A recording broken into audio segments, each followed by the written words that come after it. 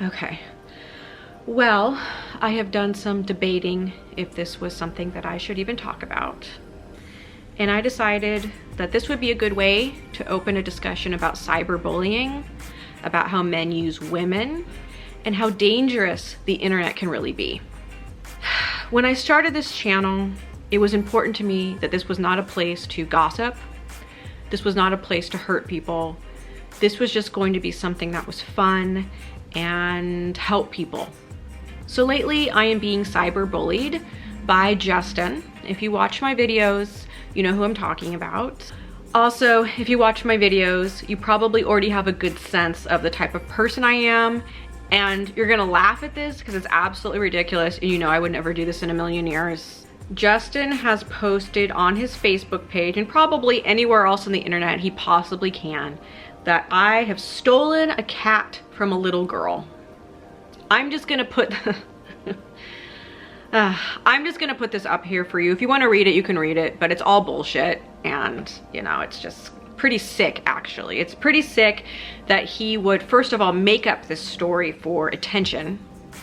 Also, to bring his daughter into it is pretty sick, and the fact that he thinks it's okay to just juggle around a cat like a cat doesn't have any feelings is pretty disgusting too.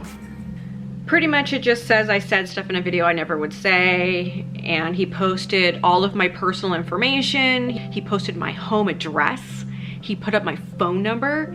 So since he is jeopardizing my safety, I don't feel bad about talking about this. So this would be classified as cyberbullying because he is making up lies about me to ruin my reputation.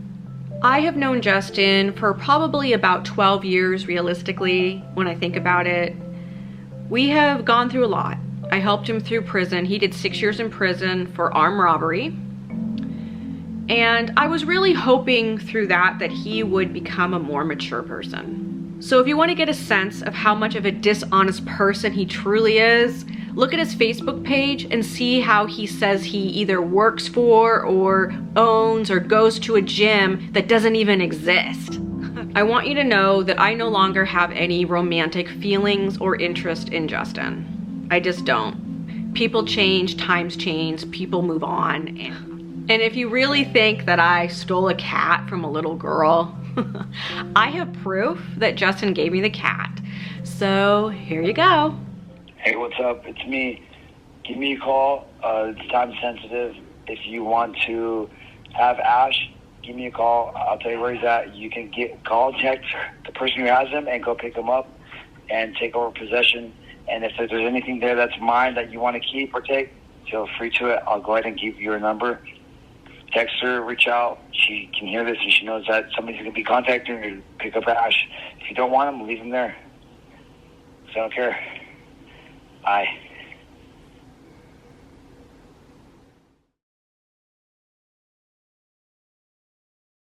Hey, Miss Kristen. It's Mr. Justin Evenson.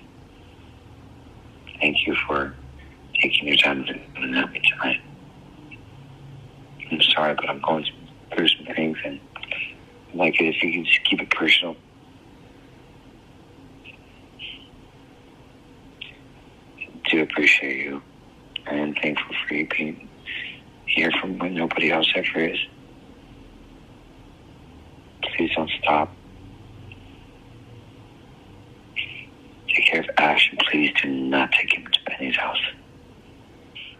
You do realize this is not really about a cat, right? This is about a guy that wasn't getting what he wanted, so he made up a crazy story that he thought would rile people up to come at me in hopes that I would contact him because I am so upset. Well, it didn't work. I'm sorry. And I'm sure now he's going to make up another crazy story. And I don't want this video to really be all about him. I was really just using this as an example of bullying and a guy that's just not good to women. I think now we should think about how dangerous the internet really can be, because anyone can post anything. They don't have to be credible. You can make up any crazy lie about any person you want and try to ruin their reputation. But what we need to do as people is question why someone would do this. We need to be skeptical. we need to go, that seems a little crazy. That seems a little far-fetched. Why would this person write this about this person? Think for ourselves, make up our own minds, and that's the way we can cut this kind of behavior out. I want you to see how he waits for me sometimes. He hopes that I notice him, like I couldn't see him, you know, but anyways, look at him. Hello, bedazzling furry gentleman. How are you? You're so sweet and cute. Waiting for pets? Yeah, you're really dazzling. You're really dazzling. You like laying out here when the sun kind of stretches out through the blinds? Yeah, I know. And then you want your pets. He's real serious about his pets. So, give him little scratches down his spine, down his back here. Little animal scratches. Yeah, you love it. Yeah. You're dazzling. You're dazzling. You're dazzling. And if you're still skeptical about the cat situation, okay, you're gonna have to ask yourself, well then, how did I even get my hands on the cat if I stole it? Well, I'll tell you. It's because in the middle of the night, about 3 months ago, Justin called me and told me he was killing himself. He told me he would like me to have Ash. That Ash loves me and I was the best with him, and to come get him. So in the middle of the night, I went to meet Justin and he was crying, upset, clearly on drugs, okay? And he wouldn't tell me why he was so upset. He ran down the street crying. I chased him a couple times. It was just not a good situation. And, you know, I'm already fed up in a lot of ways with him anyways. So I just left, you know? I can't chase a drug addict down the street all night. So that's how I got him. And it's interesting how 3 months later, you know, this is an issue. But anyways, so this is where the dazzling furry gentleman sleeps every night, on this blanket right next to me. I sleep right here, and then I kind of scoot up next to him after he gets situated, and this is where we sleep together. Isn't that nice? Isn't that right? You and me? We cuddle at night? Yes, we do. So I guess the other thing we need to talk about is abusive relationships. I've had a few of those. And the thing that people don't realize about abusive relationships, the ones that haven't been in them, is you can't just leave them. Not because you don't want to, but because they have you trapped. Sometimes you're trapped in a living situation. Sometimes you're trapped in a financial situation or a social situation. You have the same friends. They know they're doing this to you because they waited the right amount of time to make sure you would be in that situation. So you couldn't just get up and walk away because they don't want you to walk away. They enjoy abusing you. And it could be emotional abuse, it could be physical abuse, it could be both. Oftentimes it just starts with them saying disrespectful things to you. But they started out so sweet in the beginning, you think, okay, is this guy just having a bad day? This isn't the guy I know. And then it keeps happening. And then you keep telling yourself, no, this isn't right. Something's going on. He's drunk or he's just having a bad day, and you don't realize it yet because he was so sweet in the beginning. And then about 3 months in or 6 months in, you start seeing that he was just waiting the right amount of time.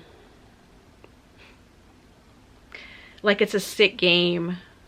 And then that's when you need to realize it's nothing personal against you. He just enjoys this as a sport. He targets a woman. He makes her believe he loves her. And then he abuses her. Now, if you're not a strong person, this can destroy your life. You can be completely taken down.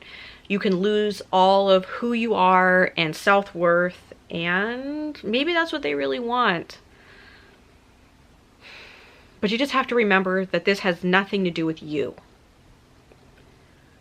And Once you realize you're in a relationship like this, where he's calling you names, telling you you're awful, putting hands on you, stealing from you, trying to ruin your reputation, and then you're caught lying for him so it doesn't get worse. Then there you are lying to your friends and family about things being great. Because you know the moment you tell somebody what's happening to you, they're either going to look at you differently or they're going to want to do something about it. And then there's no going back. And what they don't realize is they're putting you in danger, because you still have to go home to the guy. You still have to deal with so many other things. So you have to wait a long time, months, years, before you can even make a move to get away. And all during that time, you're pretending things are great. You're covering up the bruises. The only way that I ever got away from an abusive relationship was stop answering the phone calls. One of the guys that was abusive to me, he would stop talking to me for like a week or two at a time. Guys like to wait 2 weeks usually before they contact you again, because they seem to think things restart after 2 weeks. And for a long time, I just didn't know this, and I didn't know what I was doing. And I kept picking up the phone calls in the middle of the night, the emergency calls. Oh, I'm stranded, I need a ride. Or, oh, I'm too drunk, I need your help. Or these old poor me, come save me things. And then it was just all over again. And it wasn't even agreed upon. It wasn't like I agreed to be with him. It was just like he knew he had me and I couldn't get away from him. And then he would pick a crazy ass fight with me and make it seem like it's my fault over some completely made up situation to make me feel bad and guilty, to gain control over me again. And it stopped because I just stopped answering his phone calls. I stopped answering the text messages. Because if you don't answer them, he doesn't know if you even received them. So then he has to wonder if you just didn't get the message or you're busy, and then hopefully you just find somebody else to go and do this to. Well, I mean, not hopefully, because nobody deserves this, but sometimes you just have to save yourself. As embarrassing it is to admit this has happened to me, and I was trapped and I pretended to really like the guy so I wouldn't get hurt more. I finally got away. But it seems like I am a target for abusive men. So I have to be extra careful when I meet people. So just know that I understand. If you're in an abusive relationship, you have to wait to get out of it. And also, know this. If you're planning to get away, say you live with them and they say they're going somewhere, like, and you think they're going to be gone like all day or night or something, just know that they are probably just going to circle the block and come back in 5 minutes, because they are looking for you to leave them and they want to catch you doing it. And then it's a whole nother fight, and then they won't leave. They'll stay at the house and be like, oh, where are you going? What are you doing? And then they won't leave, and they're watching you. And then they take your stuff. So there's all kinds of little things that they do. I don't know where this behavior comes from. I don't know if it's a mental illness. I don't know if it's a learned behavior, but it's disgusting. So I just thought I would share that. Okay.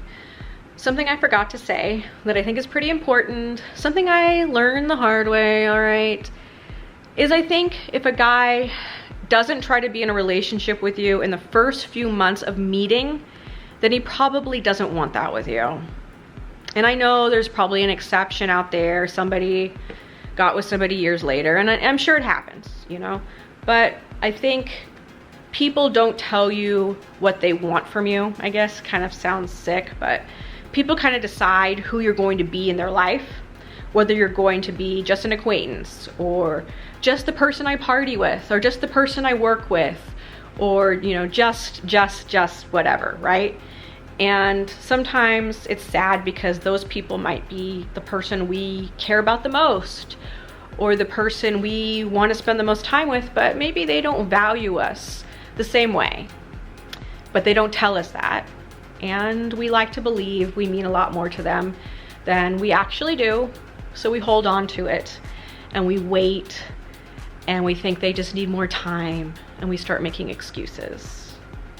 But I think that men know pretty early on what they want. Same with women. I mean, I can meet a guy and know in the first 5 minutes if I would date him or not. But anyways, that's something else. Yeah, that's the sad thing, is like sometimes we think someone's a good friend of ours and they don't consider us a good friend, but we don't know that. They don't tell us that. It's not really a conversation a lot of people have, because they don't want you to stop playing your role, I guess. You know, the role they put you in.